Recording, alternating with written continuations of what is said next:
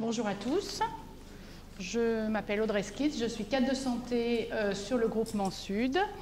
J'ai en charge deux services, un plateau d'hôpital de jour, urologie, néphrologie et consultation de néphrologie, et un service de néphrologie de 19 lits. Mon PowerPoint sera à l'image du Lean et il se veut très visuel. Alors le Lean, le quoi? Personnellement, il y a un an, je n'en avais jamais entendu parler. Kesako, eh bien, j'en ai entendu parler la première fois lors d'une réunion de cadres où on nous a dit que c'était un déploiement donc obligatoire d'une méthode de management au HCL et au sein de toutes les équipes. Donc, j'avais retenu le terme obligatoire. Bon, on n'a pas le choix, on y va. Alors, je me suis quand même... on a fait quelques recherches personnelles sur Internet. On a échangé entre nous, entre cadres, voilà, avec la cadre supérieure. Il y avait des unités pilotes, donc ça a été très intéressant, dont l'urologie, où ma collègue Delphine Bourgeois a été nommée. Et puis, il y avait aussi la pneumologie où travaille ma petite sœur. Donc, on a beaucoup échangé entre nous. On est allé se voir. Voilà, on a beaucoup échangé. Et du coup, voilà, ça m'a permis de comprendre un petit peu mieux cette méthode. Et puis, surtout, on a eu une journée de formation. Donc, ça a été très, très important. Alors, la journée de formation devait être avec le médecin référent, qui est donc Mathilde Nouvier, qui est la néphrologue. Malheureusement, elle était en vacances. Voilà, donc ça m'a un petit peu inquiétée. Mais bon, donc voilà. Donc j'étais quand même dans un état d'esprit j'étais un petit peu stressée. Et voilà ma représentation donc, du Lean avant son lancement. Pour moi, c'était chronophage. J'avais cette sensation, il y avait de la préparation avant, de la préparation après. Bon, j'avais quand même compris que c'était une méthode collective de résolution de problèmes, que c'était un management visuel. Donc ça me plaisait plutôt bien, avec des tableaux de bord et des indicateurs. Bon, j'avais quand même compris que c'était aussi des contraintes horaires et journalières.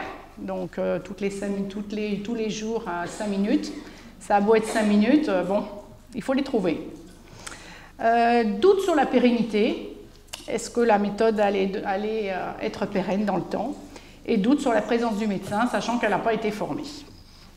Alors, quelques jours après la formation, Madame Vallot m'appelle et me dit « Allez, on se lance ». Donc c'était en mai de l'année dernière. Alors c'est parti. Alors c'est vrai que le petit smiley, c'est moi. Donc, Madame Vallot est venue 3 jours dans le service et ça a été indispensable. Donc, je voudrais la remercier parce que ça a été un accompagnement très bienveillant. Elle nous a mis en confiance, enfin personnellement, elle m'a mis en confiance. Elle a donné du sens à cette méthode et elle est allée à la rencontre des professionnels. Donc, ça a été des rencontres que ce soit informelles ou formelles. Elle a rencontré le médecin, donc qui était là. Elle a été là et voilà. Merci Madame Vallot pour tout ce que vous avez fait parce que je pense que ça a été indispensable. Je pense que sans elle, on n'aurait pas pu mettre cette méthode en place. Quant au médecin, c'est vrai que j'ai eu la sensation qu'elle avait bien compris la méthode.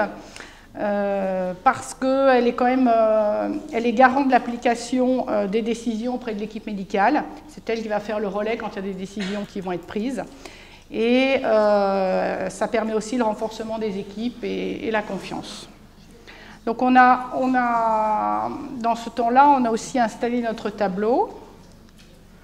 Alors là, c'est juste pour... Voilà, c'est parti, hein, c'est le grand saut. Donc Ça aurait pu être moi, j'en ai fait une fois, mais bon, je ne me suis pas pris en photo. Mais juste, je l'ai prise parce que l'élastique représente... Voilà, on n'est pas tout seul dans ce lancement. Et on sait qu'on est accompagné. Voilà, donc on ne va pas au crash.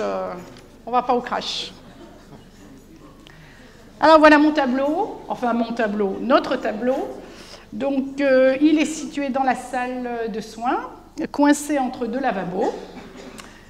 Il n'est pas très grand, mais bon, pour le moment il convient. On distingue différentes zones. Donc tout en haut, il y a les règles du Lean. On a aussi les irritants. Donc c'est le... Je ne sais pas si on voit, mais c'est des petits cactus. Voilà. J'ai personnalisé un peu la fiche. Il y a aussi le plan d'action, le coin pour les réussites, le coin pour les bonnes pratiques, le coin pour les audits et les indicateurs. Voilà, il faut que ce soit sur un tableau, il faut que ce soit assez, que les agents s'y retrouvent.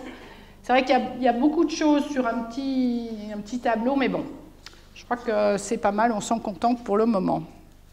Alors, donc là, c'était mes irritants. Dans le même temps, Madame Vallot nous a parlé de la méthode des 5S. Donc, qui consiste à optimiser les espaces de travail. C'est une méthode japonaise. Donc, c'est vrai qu'elle est arrivée dans la salle de soins et nous a dit « Ouh là là, il y a plein de choses à ranger, ça ne va pas. » Enfin, ça.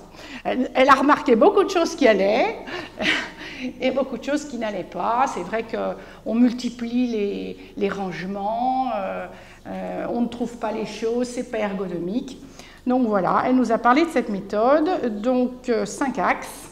Trier, jeter, recycler, placer les outils de travail selon leur fréquence d'utilisation, ranger, classer de manière à limiter les déplacements physiques, optimiser l'utilisation de l'espace, nettoyer, réparer, ordonner les documents ou son poste de travail de manière à ce que d'autres personnes puissent s'y retrouver.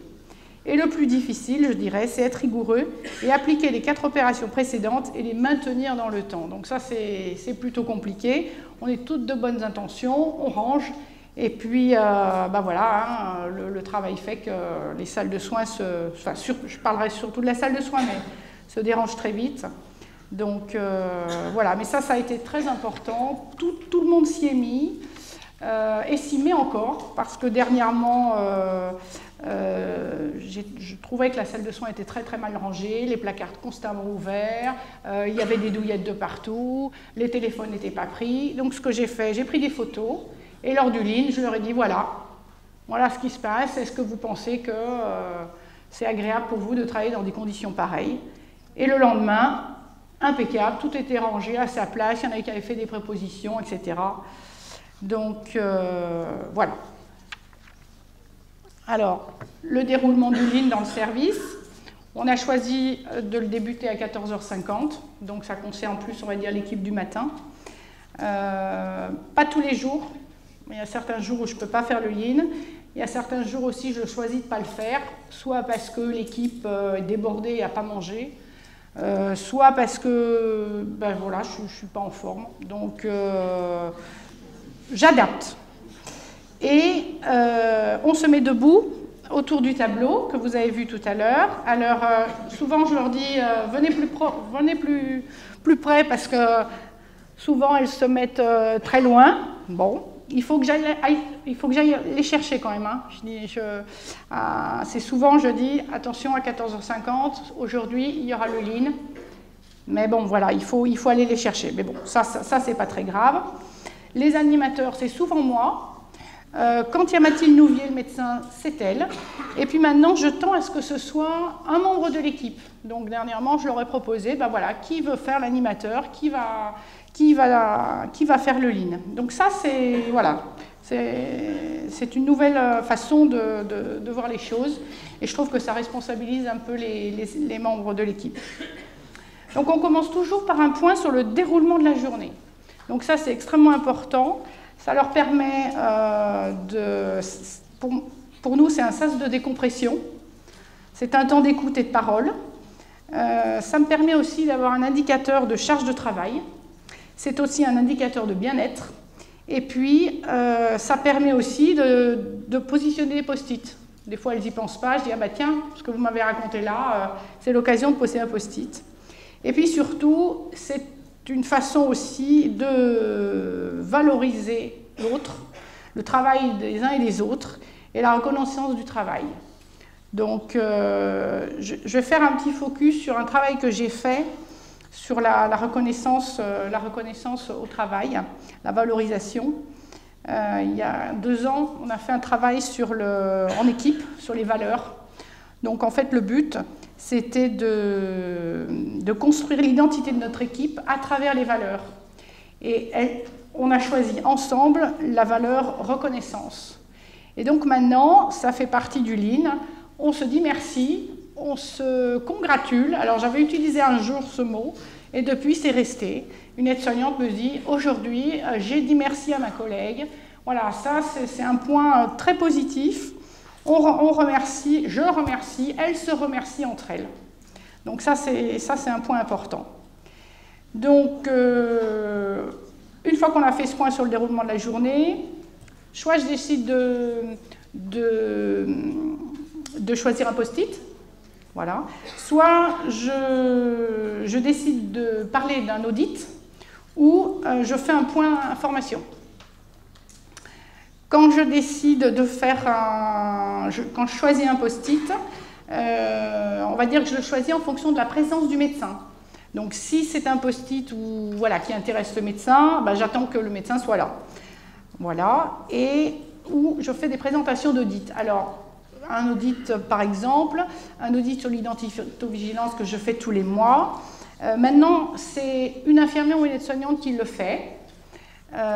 Et c'est elle qui va le présenter. Donc ça aussi, c'est important parce que ça responsabilise et c'est un rappel des bonnes pratiques. Et puis elles apprécient de montrer leur travail. Ensuite, si je choisis un post-it, je cherche à en savoir plus sur ce post-it. Qu'est-ce qui se passe, qui l'a écrit, est-ce que vous pouvez m'en dire plus, est-ce que vous êtes d'accord les unes les autres? Et on va décider qui le traite, pour quand, et puis on va monter des indicateurs de qualité. Donc peut-être, il faut que je me dépêche. Alors un indicateur de qualité, par exemple, on a choisi 100% des patients pour les ponctions biopsie de rein sont préparés selon le protocole et sont à l'heure dans la salle technique. Donc tous les jours, on bâtonne, on choisit les couleurs, voilà, et on va identifier les causes. Voilà, ça c'est... Ensuite, qu'est-ce que je voulais dire? Voilà, qui le traite pour quand, les indicateurs de qualité. On écrit aussi des procédures. Donc, par exemple, ici, on voit une procédure sur les consignes d'amélioration pour la demande de transport via APTA. J'en ai fait une aussi pour les ponctions biopsie de rein. Je rappelle des bonnes pratiques sur les flacons. Et puis, bien sûr, il faut répéter. C'est pour ça que j'ai mis la petite... il faut répéter très souvent. Voilà, on écrit des procédures, on rappelle les bonnes pratiques et on réévalue, on refait des audits. Juste, je vous ai parlé de la reconnaissance au travail. Ça aboutit à une charte de bienveillance et de bienséance entre nous. Donc voilà, c'était surtout pour je valorise mon travail et celui des autres, je pratique l'entraide, quel que soit le collaborateur.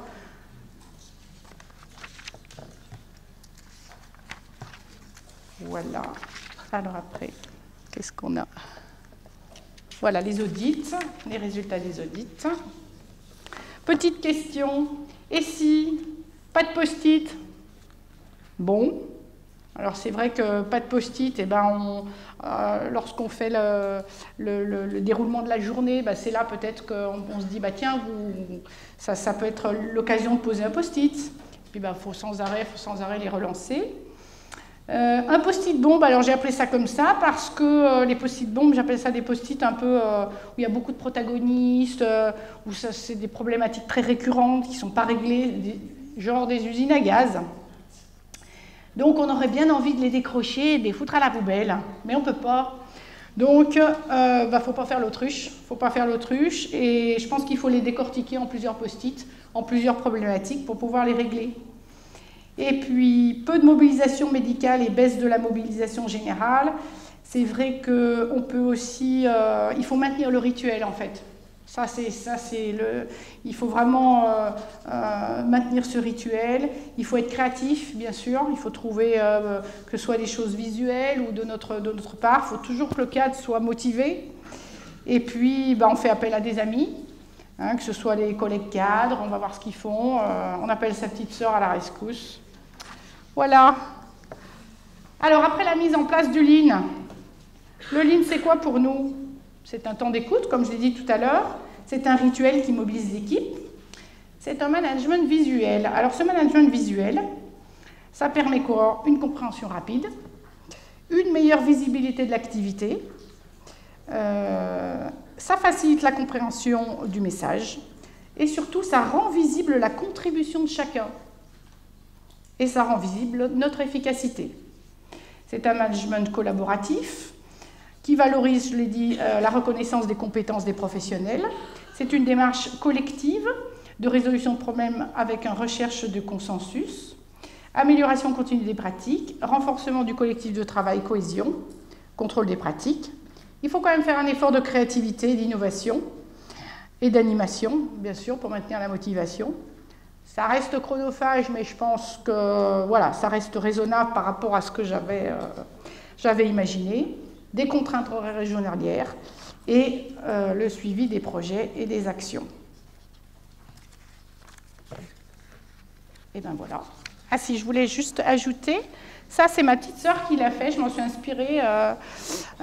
Donc c'est une vulgarisation du Lean qu'elle a présentée à ses équipes. Voilà, j'ai trouvé que je l'ai repris sur mon Lean. Et puis juste, je voulais dire que voilà, en fait mon Lean, il est clair. Il se veut clair et simple, il se veut convivial, il essaye d'être créatif, du bon sens. Je crois qu'il ne faut pas se prendre la tête, on a beaucoup de travail les uns et les autres. Donc voilà, il a du bon sens, il est adapté et il est personnalisé. Voilà, je vous remercie pour votre écoute.